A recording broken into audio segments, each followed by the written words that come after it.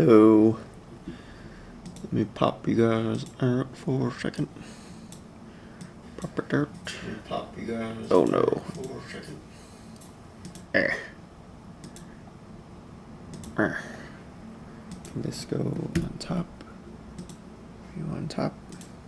Yes. Very good. Very good. Very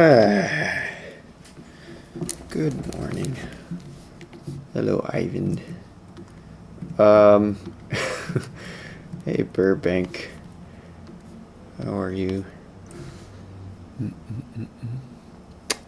Okay, guys, so what are we doing today? Oh, man. I honestly don't have much of a plan, but I've been playing around with stuff. I've been watching a lot of those Blender conference videos that now seem to be coming out at a very rapid pace. So that's very exciting stuff.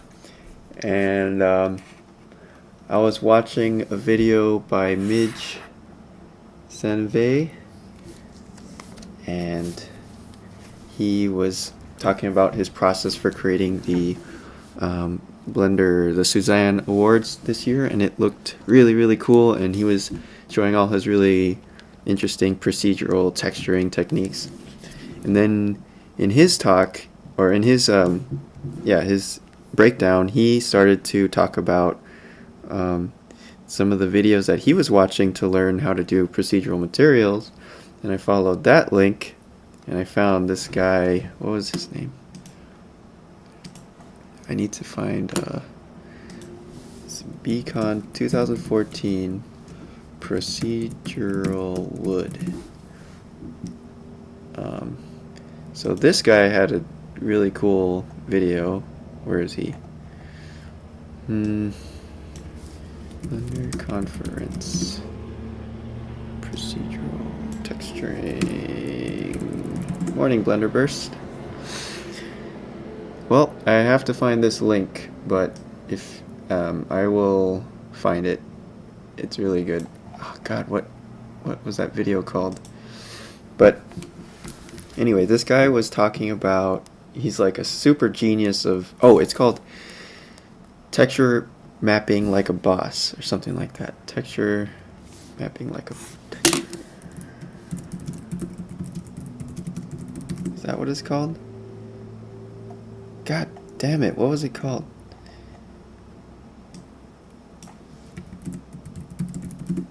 Does anybody know what the... Was it this guy? Yes, Bartek Skorupa. This guy is a genius. Oh, this is the video. Here we go. Manipulate texture coordinates like a boss. So, yeah, this video is amazing. He shows you how to play with UVs and how to, I guess, blur. You can blur images with just a noise. You can twist stuff around like that. You can make weird patterns with gradients, and he's like a serious wizard here with the textures. And yeah, so I would definitely recommend, if you guys are interested in textures or procedural stuff, you should check out this guy, Bartek Skorupa, after the stream, of course, right?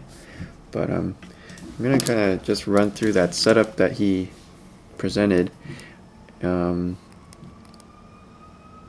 kind of the cool thing now is that, you know, this is done in 2014, but now that we have Eevee, we can revisit this demo, and it all works really nicely in Eevee. So, like, the idea is we have I mean, it looks complicated, but it's really just the same core concepts repeated over and over again. But look at that. We have all these different levels of noise here that we can play with. And when he explains it in his video, he makes everything really simple and clear. So you can totally follow along with this, his video. You can change the type of gradient here. Hey game dev Fred, we could change like the distribution of the rings using this nice curve, RGB curves, and this stuff is pretty cool with in combination with Eevee, all real time in here. What else can we do? Here's modulo. So modulo, I didn't know what this one did, but he explained it like basically whatever value you put into the modulo means, like if we have a gradient here, so wait, let me just bring this in here. If we have a gradient, it's compiling a little bit. Come on. So here's our gradient. That's what it looks like. How do you mute stuff? M?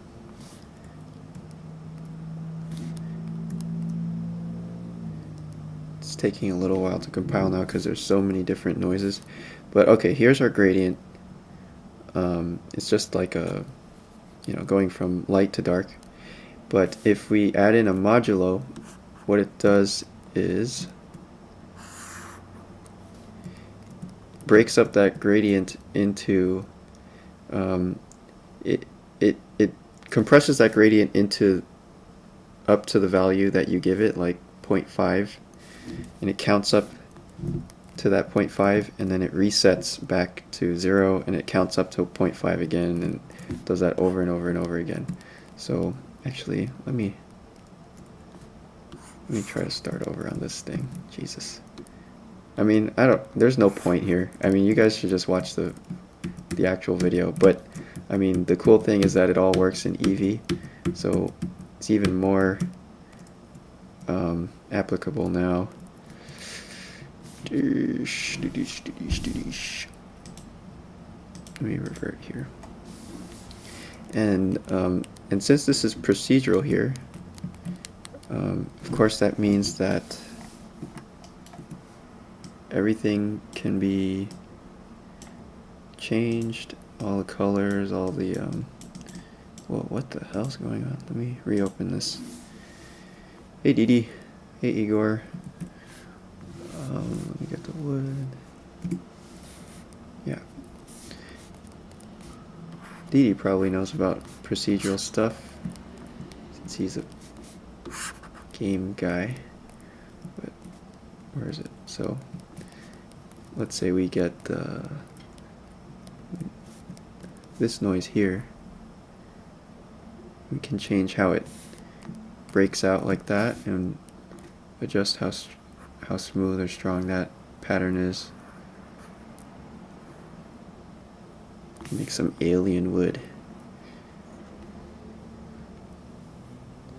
It's crazy how you can start to think or imagine that the different species of wood are just different formulas here, or different numbers can describe any different species.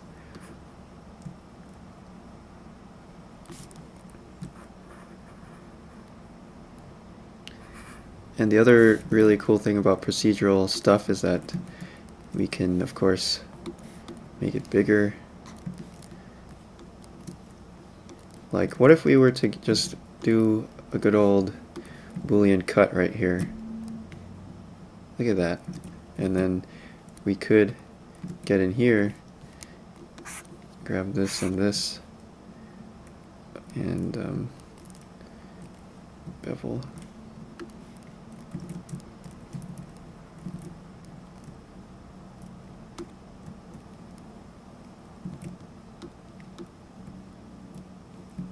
There we go. We could get this edge here, do the same thing. So yeah, I'm a big fan of procedural stuff. I hate UVs, I hate texturing in general. So any kind of lazy stuff like this is definitely great.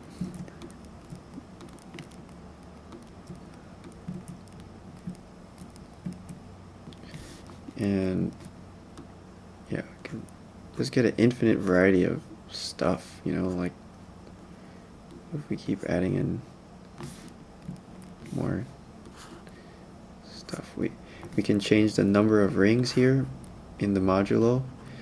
So here, let's say we want 300 rings here, or 10 rings. Can change how sharp they are.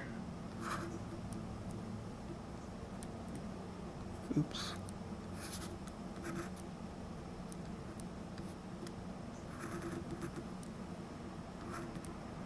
So yeah, I definitely need to learn more about this stuff. It seems really powerful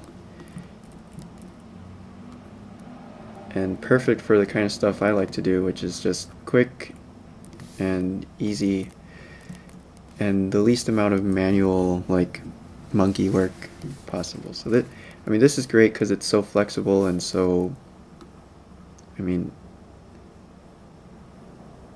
you don't have to manually go in and paint anything.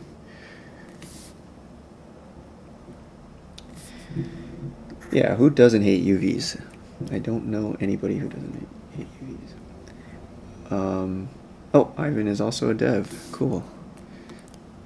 So Ivan probably knows all about this stuff as well. Andrew says, can you do micro polygon displacement in Eevee? I'm not sure, but we can do regular displacement. I'm not sure about micro polygon displacement. But if we were to do regular displacement, I wonder if this would work here. Or, let's see, let's add a displace. We probably need to add a subsurf before the displace.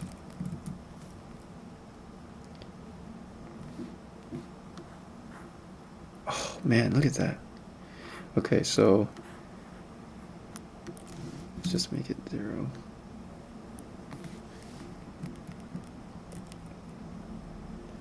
So what if we wanted to just make a cube or like a sphere of this weird wood texture. So we're gonna subdivide it a bunch, and then let's add in that. I wonder if there's a way to add in the texture from here into here. Right now we've got the texture controlling the bump, so you can see a little bit of a bump here. Let me see. Where's our bump?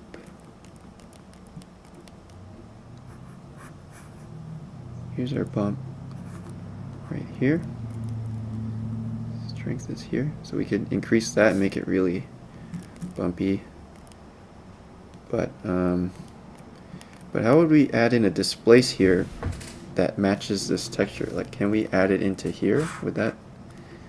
I'm not sure if this will actually work in Eevee.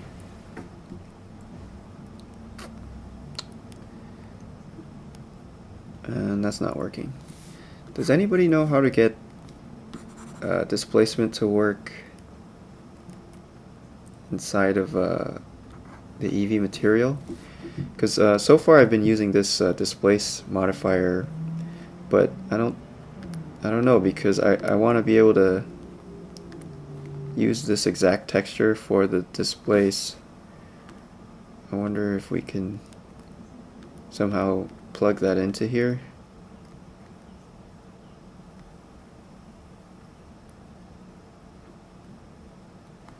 You have to be in experimental? Okay.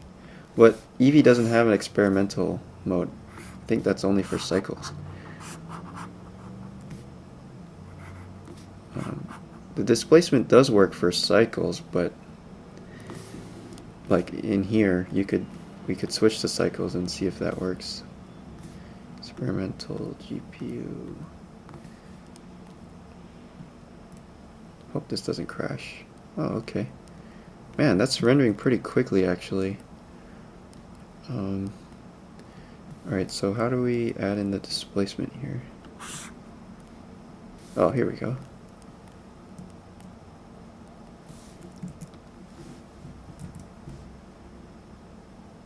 Vector displacement, does that do it?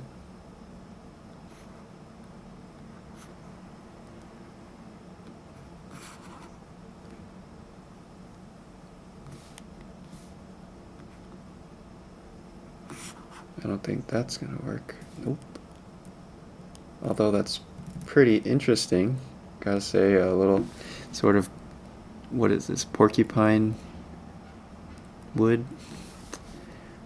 What about regular displacement? Going in here. And this goes into height.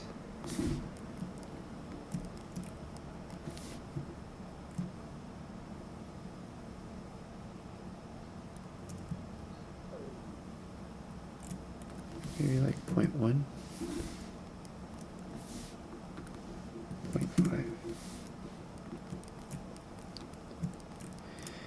Hey David, thanks. Yeah, they're already shared. They're on YouTube. If you search HEAVYPOLY 2.8 install, you'll find the video and the scripts, and they're free. You have to change it to true displacement. How do you change it to true displacement? Ooh, that's pretty good. And then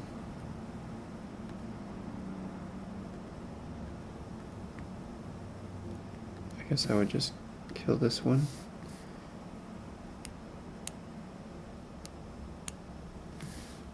Where's the micro polygon displacement stuff? I forgot where it was.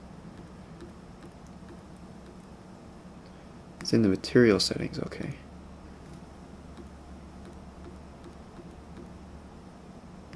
Oh wait.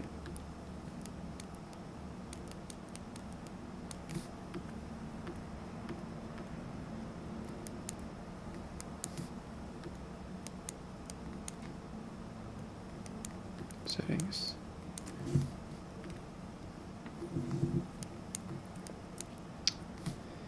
I know there's micro polygon because I've had it before in cycles, but is it in subsurf? Adaptive. Oh, here we are. This is it. There we go. So now it's going by pixels. So let's try like half a pixel, and I guess as we zoom in, it'll readjust, I hope. Let's see. Let's reload that. There we go. So it's dicing it up based on where our view is looking at it, I think. And then, yeah, so back here should look more blocky because it's farther away. And then up here should be smoother because that's where we were looking at it, right? This thing looks crazy. What the hell's...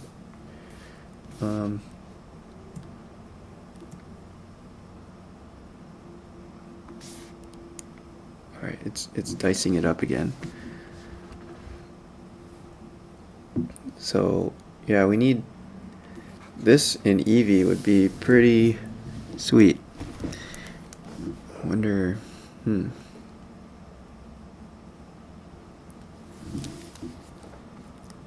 Come on! I think I put too much resolution. It might be dying right now. I think you got the idea. Oh, you know what? I want to try... If this thing doesn't crash, I want to try soft shadows on this thing. Jeez, it's still going. Let's try 1 pixel.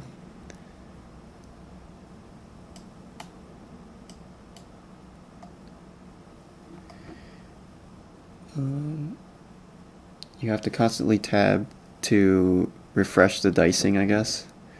That makes sense. I saw those and assumed you had updated them since then. Yes, I have. I've updated them pretty much every day, but they are updated there in the scripts link. That same link will always have the latest scripts, so you can just download those. They'll have whatever I've got today. Actually, I haven't added in this properties pop-up because I'm not done with it yet. I'm still trying to figure it out and get everything in there, but everything else, all the pies are in there. Okay, we're still building the freak. Hello, Christopher. Sorry about this boring view right here. Let me switch back to Eevee for a second.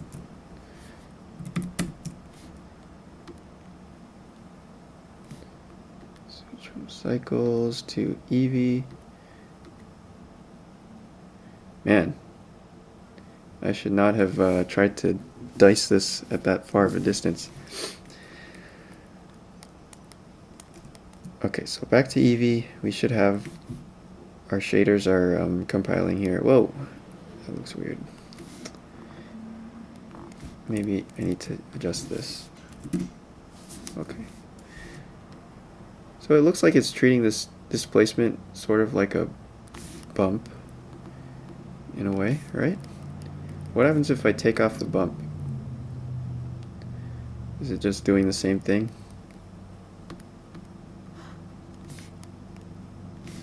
Oh man. Whoa. Okay, what is this? So, huh.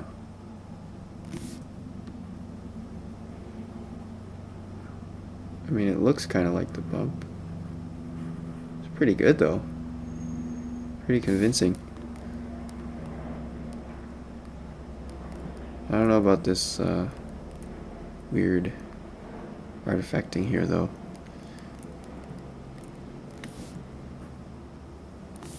Let me get another light maybe. Where's our lights at? Oh, I'm upside down, that's why.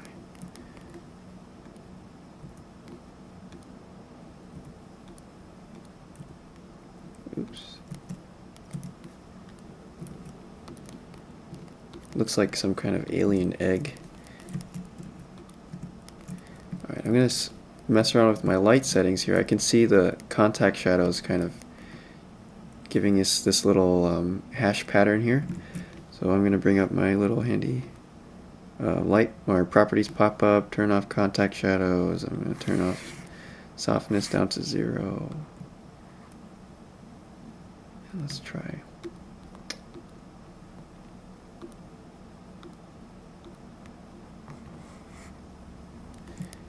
And same thing with man, it is hard to see lights sometimes. Okay, same thing with this one. I think I've got contact shadows on here, so I'm going to turn. Oh wait, I don't have contact shadows. Okay, and then softness to 0, exponent to 1000. Exponent. Why are both of these lights having the same settings? Oh wait. There we go.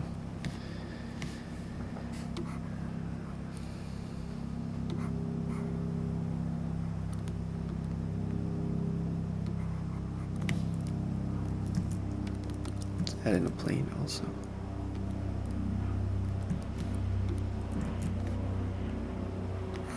Softness should be 0 when we're going to use soft shadows. Sorry guys, I just can't stop playing with this soft shadows stuff. It's too exciting for me. Bleed bias.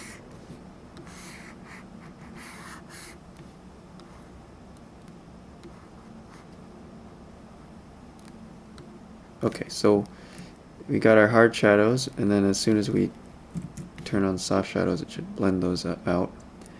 Then we need a couple more samples because it's looking kind of janky. So let's add more render samples here.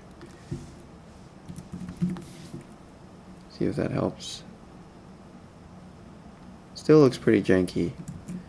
Maybe this needs to be...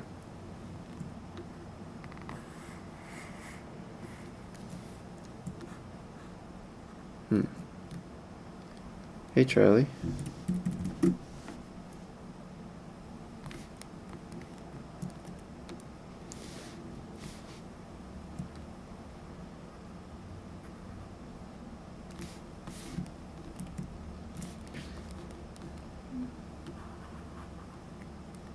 Oh, that's neat.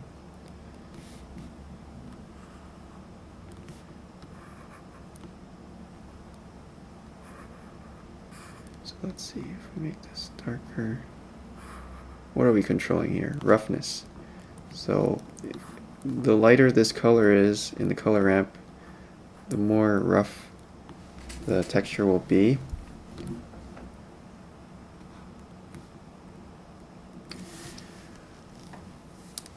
Cool, good to hear, Andrew. Yeah, I mean, I'm pretty excited about these new lights. Not over it just yet. Let's grab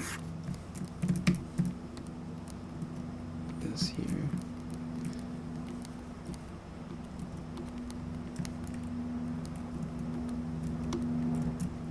Let's change this, make it smaller. I think this light is too strong. Could be like 5, maybe even less.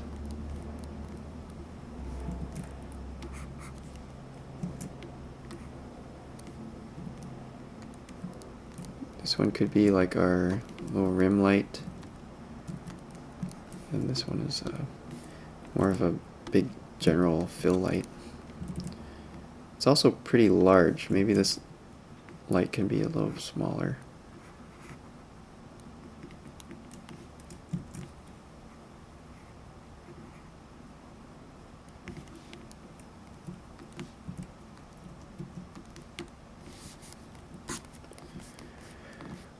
Let's see what happens if I put the normal in there. So the normal looks pretty funky. Is it because I have the displacement as well?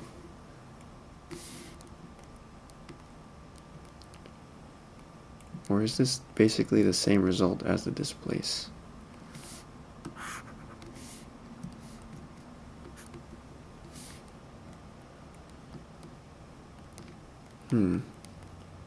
Can't tell which one is better. Or if they're the same.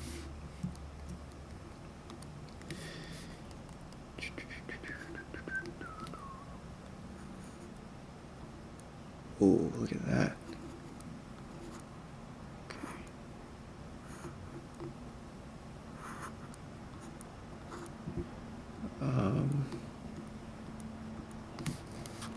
Let's change some of the settings again. Let's try like 50. I wonder why it's all pixelated like this though. Does anybody know why that might happen?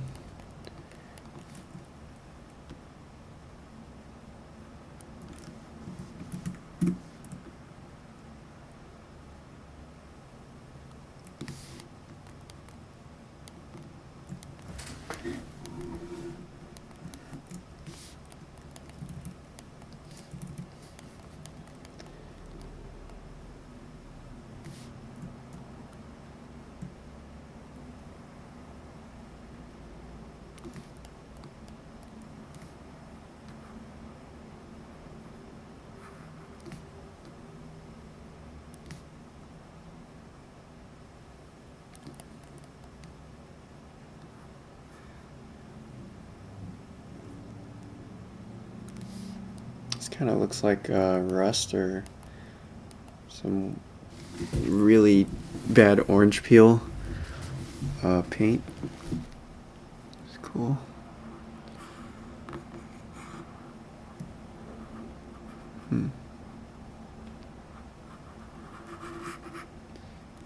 Have you set displacement to true? Where is that? In the material settings? Oops, it's frozen for a second here. Wait a minute. Where would that be?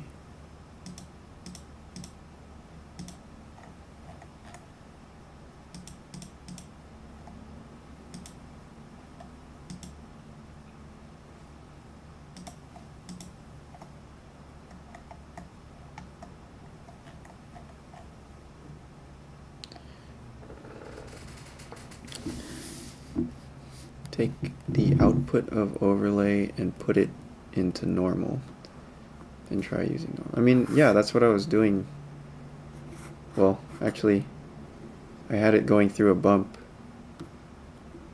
but I don't, if you put color straight into normal, I think it doesn't really work. Let me see, oops. Because the normal requires like that special blue, pink, orange looking texture. Blue, pink, and blue, red, and green texture, right? Let's see. Let's see how it goes. Come on. Whoa. What the hell? Alright, yeah, it doesn't want that, but it will take this. If we convert the color into a bump and then plug that into the normal.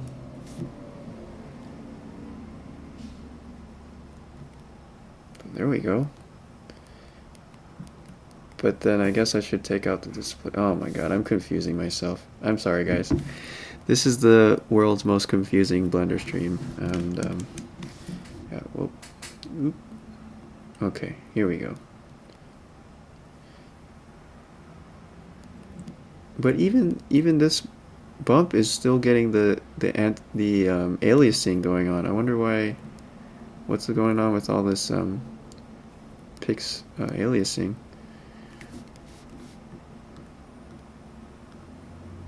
Ooh, oh damn! This is some serious alien egg going on here. Or orange peel. Alien orange. Oh yeah, what if we start modeling? How about an orange cylinder of orange? There we go. That's what I've been needing in my life.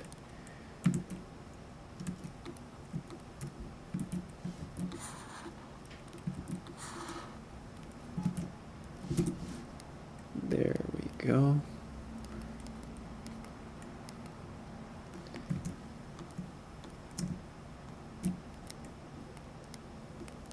Beautiful, right? It kind of looks like a sponge, maybe, or a Cheeto, or I wonder if we can make a Cheeto here today. That would be the greatest achievement of this stream so far. Okay, if we scale this down way down low. I love that the scale is in world space. Okay, so now we got our Cheeto here. The world's first procedural Cheeto premiering here on the stream. Oh man, what if you could do metaballs? Can you do metaballs? I'm gonna save this. Cheeto. Alright, let's try it. Let's try it. What the fuck? Oh, why is it so huge?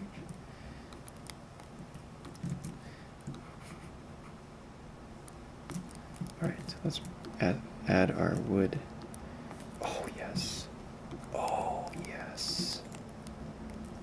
Oh my god, yes.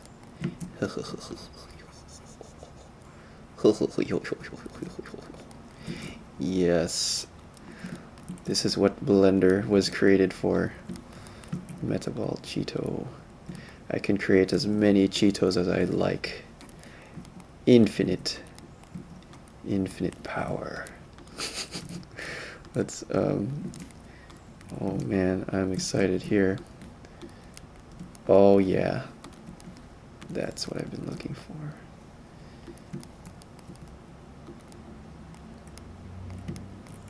Oh yeah, but then our texture does end at some point here. But we can extend it. We go all the way back to the beginning and extend it. So how do we extend it again? The thing that's giving everything the texture is this gradient. So if we need to make the gradient bigger, how do we make it bigger? What would that be? Multiply?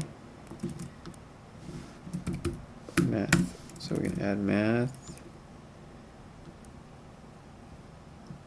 Not to add. We want to multiply. Come on. Yeah. Multiply here. I hope this works. Oh wait, 0.5 is gonna make it smaller. Oh, it's chugging now. Let's try like 2 times bigger, 3 times bigger, 3 times bigger. Let's see if it. What? What? Ooh. Ooh. Okay, let's see. What is it doing? It's just controlling the strength of the gradient, but it's not really changing the position of the gradient. So I think we need to get the object here and multiply it here. Oh man, I'm such a noob. Okay, let's put this on multiply and make it times 2, and hopefully that'll make this go bigger. Oh, come on. Let's go, come on, here we go. 50% cheeto completion. Cheeto compilation is... I don't know what that did. It definitely changed something.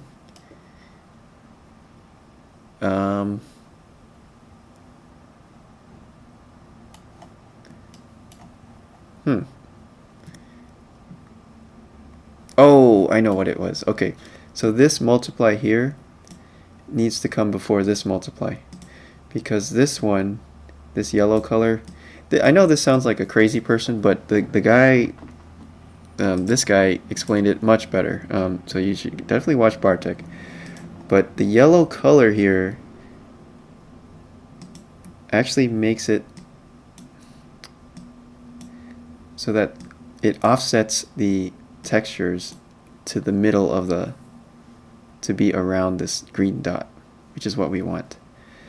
So we need to keep that offset first, and then we can multiply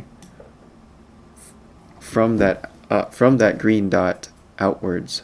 So see how this circle here, this radius, is originating from that green dot, which is what we want. Like, you know, if I grabbed all of this stuff and moved it over, the gradient is still happening right around that green dot. So I think I need to do this after, I hope. Is that how it works?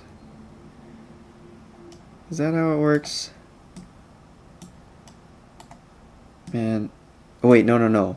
This is what stretches it in the up direction, because we got RGB, and R is the same as X, G is Y, and then Z is 0. So that's stretching Z into infinity. Oh god, I sound like a crazy person. And then, so after that stretch, then I multiply it after the stretch. Is that how it works? Oh my god. The Russians are discussing my stupidity. Let's see. What is this? I'm curious. Let's see what this means. Google Translate. I'm just curious. Not Spanish.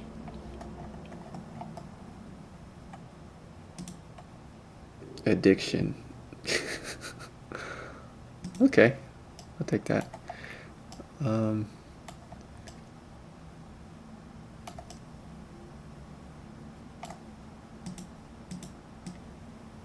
Whoa. Okay, so it's 0.1. There we go. Here we go. Whew. Finally. So I guess you gotta go smaller to make it bigger, which doesn't make sense, but okay. So now we got our full Cheeto.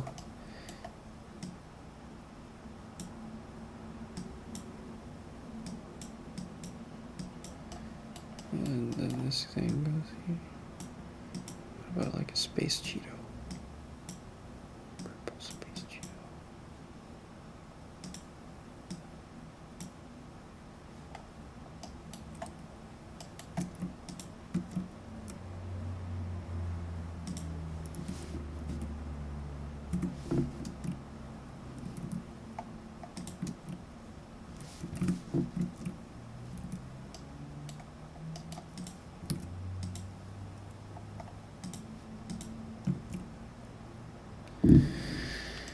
Oh man. What am I doing with my life? Is this what it's all come down to? Bunch of space Cheetos. Procedurally. Whoa.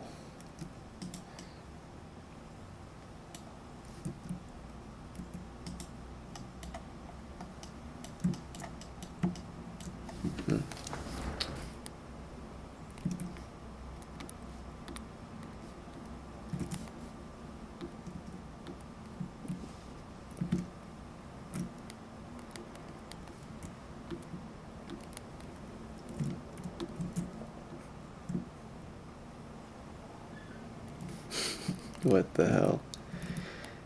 Oh man. Okay, so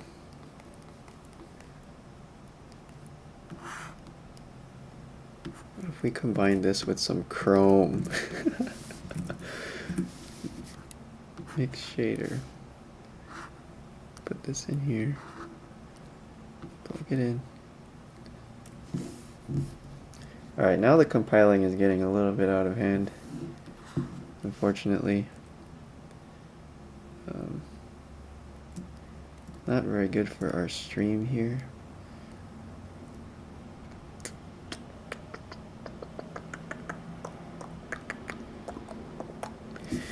So who in here likes UVs? Is there anybody that likes UVs in the world? That is the question.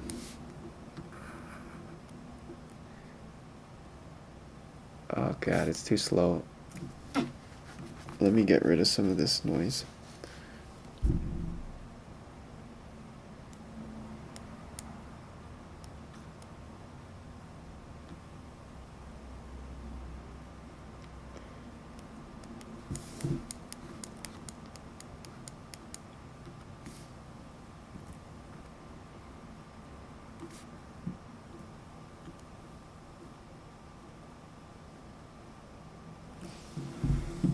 All hail box project. Here we go. Let's go back to like wireframe. This kind of looks like Aphex Twin logo.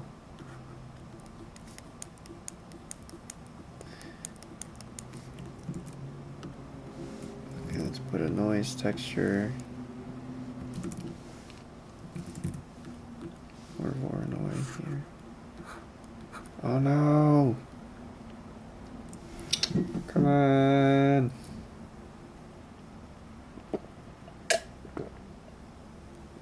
Okay, let me just save this Cheeto. I'm gonna save it out and then let's start a new one because I think it's getting a little too complicated here. So let's start a new one. Maybe I can make a.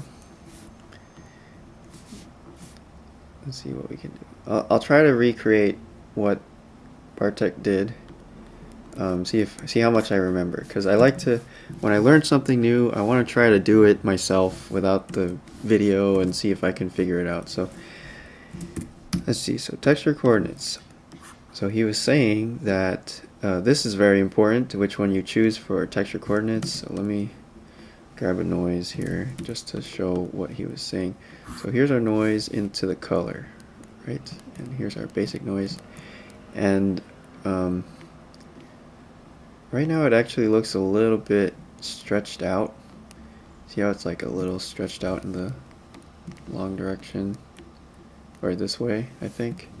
So if we change this to object, that is not stretched out anymore, which is really cool. I didn't know that. So object is going to ignore the shape of whatever you're working on, and it only takes the center. So this center, wherever this center is where the texture will originate from, and whatever the scale of this center is what the scale of the texture will be. So like if we scale this object center, now everything is scaled and stretched. But even if we get the mesh and bring it back to normal, the texture is still stretched because we have actually stretched the object scale. So that's cool. That's good to know. So if we reset the scale here, it should reset all the texture stretching to be how we want it. Okay, so now I wonder if this would work too, if we could pick another object. No, that doesn't work yet. But I think in Eevee, when you pick a different object, I mean in cycles, you can have like an empty that controls the texture here instead of using the actual object center. Okay, so now that we have the noise, we can do, let's also just go kill that actually. Whoa. Alright, so we can also see the coordinates here of the different types of, or the texture coordinates. So I guess, what was he saying? Is that like the green means X? No, green means Y. So let's split, separate RGB. Let me turn off the specular here. So R would be the red, which is also, it just happens to be X. So here along the X-axis we have the red channel. Then along the green axis we have the Y channel, and then along the blue axis is Z. So that makes sense. And this is independent of where the mesh is, so we could multiply these axes also. So if we go just use a math, let's type in math and plug it in here. Okay, so here's add. Add is just going to offset that position. If we switch it to multiply, that'll change the size of it. So I guess the smaller the multiply is, the bigger the size will be. So let me see how big this. Okay, so now we have a huge gradient here, like that, depending on how big this is. Maybe we could just call this a divide. Divide by 1, divide by 5, divide by 8. That makes more sense. So the bigger the number here is, the bigger the size. Alright, and then, oops, whoa, what the heck?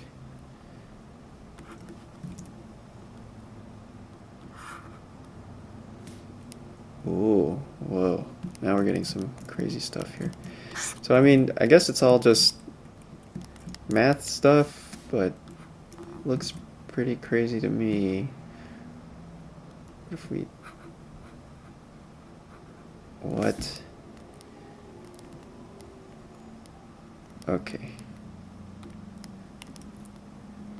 So what if we move the center over here? What if we move the center over here? What if we move it in the middle of this plane? If we put it in the middle of the whole object. All these different types of textures. Alright, so what about, what were we using for the wood? I think it was a gradient.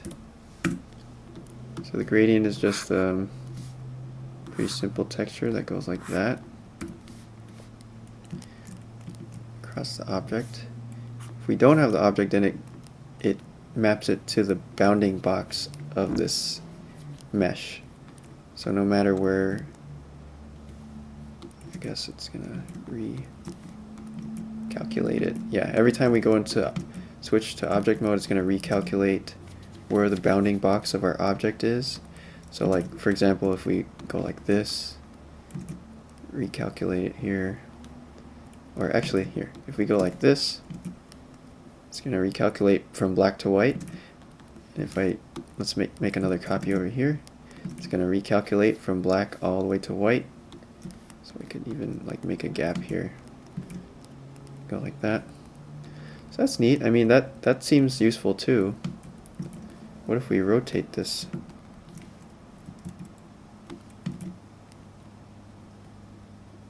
Okay. Is this stuff boring to you guys? Am I losing everybody here? Does it make any sense what's going on here? Let's see, so spherical. Spherical is, oh wait, no. What are we using? Yeah, spherical. So this one, let's go to object here. Now the sphere is basically you can see it here. It's right around that ball. So let's try math again. And add is just gonna shift it over, right? Oh wait, not the color. I need to put the add into the vector. The vector is the position and the location.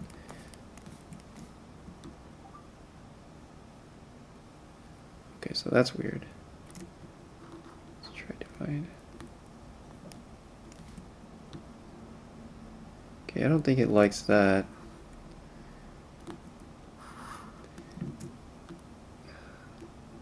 Let's see, separate.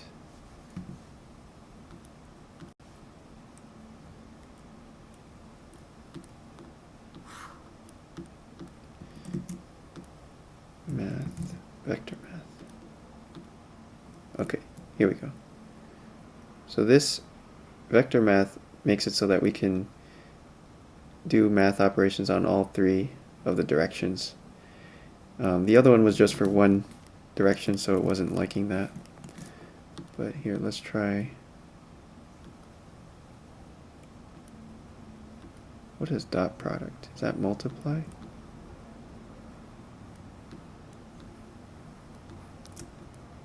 Cross product.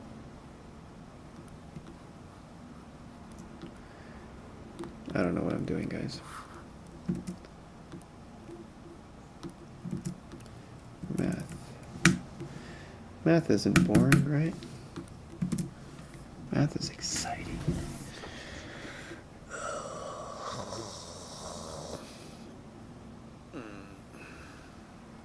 Oh, right. He used the color. He multiplied the position, the coordinates with the color. So what was it? RGB mix. So this is kind of a little bit weird, a little bit mind-blowing, but the idea is that these three values are what we're multiplying by, I guess. So let's see. So we multiply x and y by 1, and then the third one, let's change this to multiply. Okay, here we are.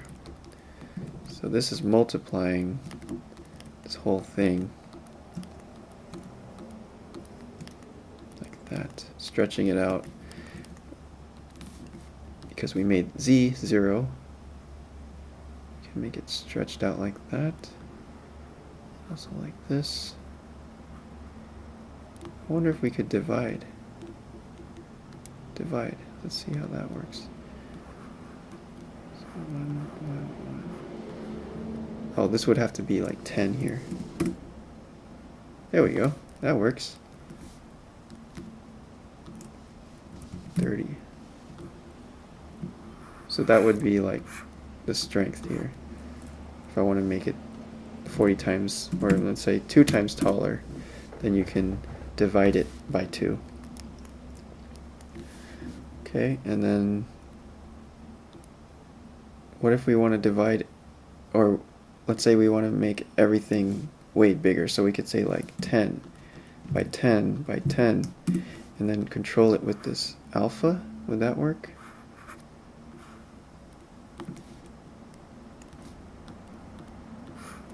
Control it with the factor. Here we go. That's pretty nice. Can control the scale all at the same time with the factor here. Okay. Alright. And then he did after this a modulo, so let's search for math again. Not math, not meth. Okay, let's go modulo. This one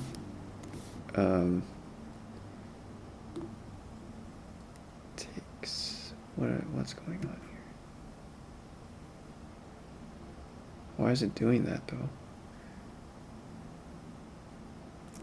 Oh, this has to be after the gradient, sorry. So this is only controlling the color, so this math has to go over here. Oh man, it's confusing. But I think, okay, so here's the modulo. So 0.5 means instead of going from 0 to 1, it counts up to 0.5 and then it starts over. So it's starting over twice, and that's why we have two gradients or two rings. We make this smaller. Oops. Well, it would have to be like 0.1 there. Then that's going to give us 10 rings. So now that looks like an onion. And he was saying that the easier way to do it would be to make another math. So we add a math in here and just say multiply or divide 1 by 10. So this will give us the same thing as 0.1, but I mean it makes more sense to say I want 40 rings or 30 rings. Okay, good. Then what else was he doing? This is already pretty cool. But then it gets kind of dark here, so we need to add in another divide.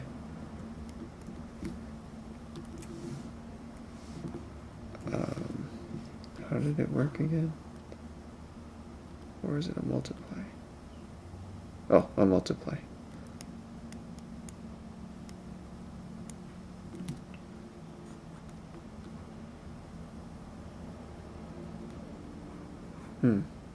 That's interesting.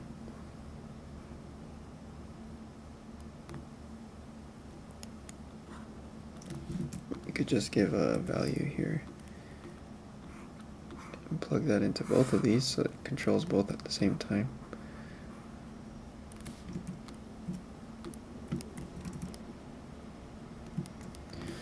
And then what? We need to put some noise in there, so noise.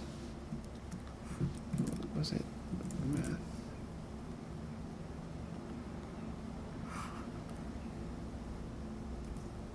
Here we go.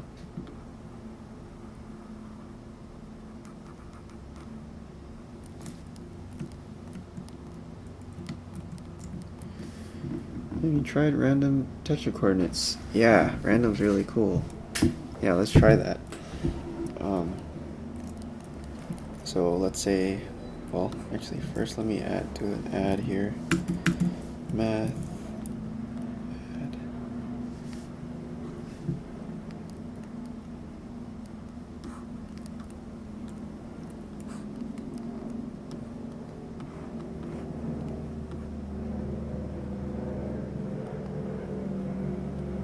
I think I'm doing this in the wrong spot again.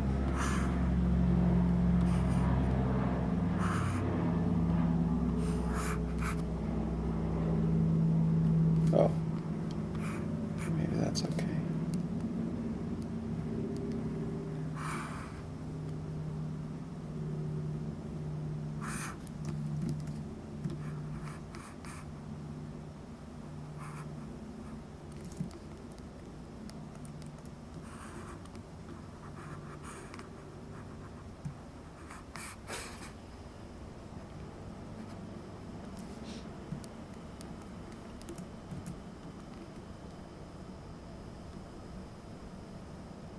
Here we go. Alright, so let's say this gradient, we want to mix it. Let's mix it with, mix a different color. So mix RGB, I want to change the color so it's like more red. Oh wait, this needs to come after everything else.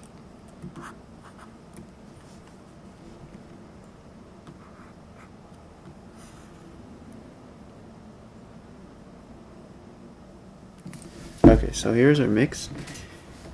And then I guess the other thing we could do is use the random thing. So if we get another one here, hit P, and let's put the circle over there. Okay. And so now this one, let's go to geometry. No, not geometry. Texture. No, object info. So object info gives us a random color for each object. So that's pretty handy. Like here you can see different values for each different object. Right? All random. That's great. So if we go back here, we could plug our random into the color, get different versions, but instead of black and white, let's try putting a color ramp to control the color. So this could go from red into blue or something like that.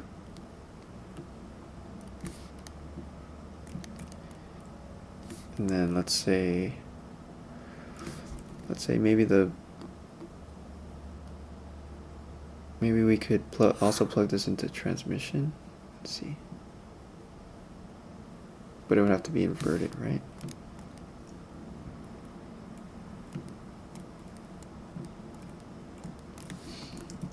Let's search for invert.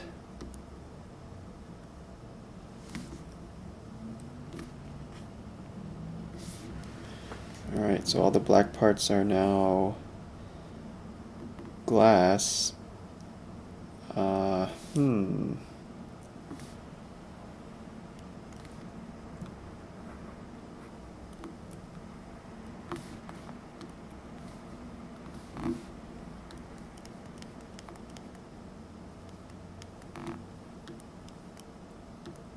What was I doing again? Oh yeah, in here this needs to be screen space refraction.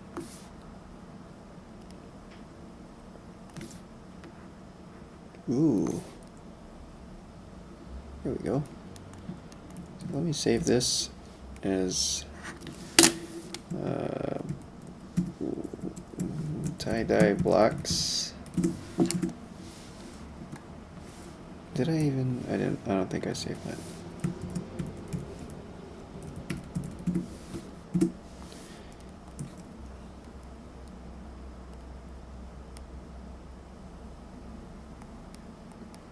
What's going on here?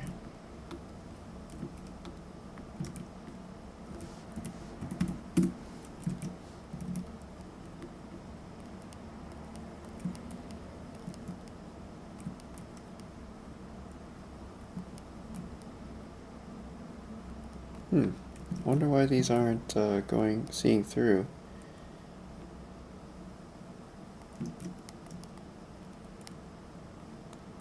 Maybe I'm forgetting something. Or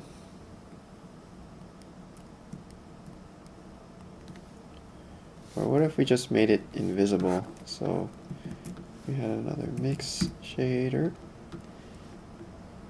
And we can add in transparent.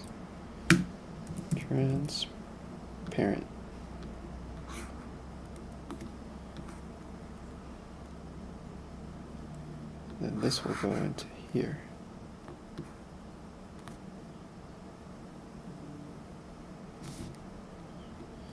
Oh boy, it really doesn't like that, huh?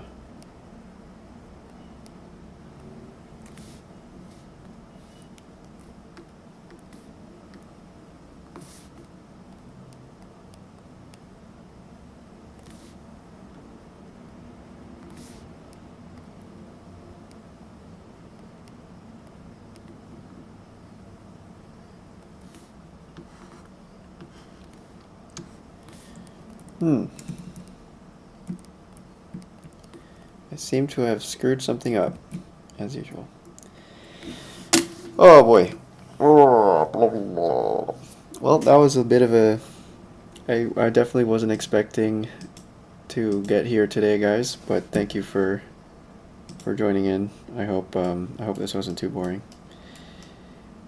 Boy, I'm very proud of this Cheeto though. Oh wow, we got material previews in Eevee. Yay, finally. Been missing that for a while.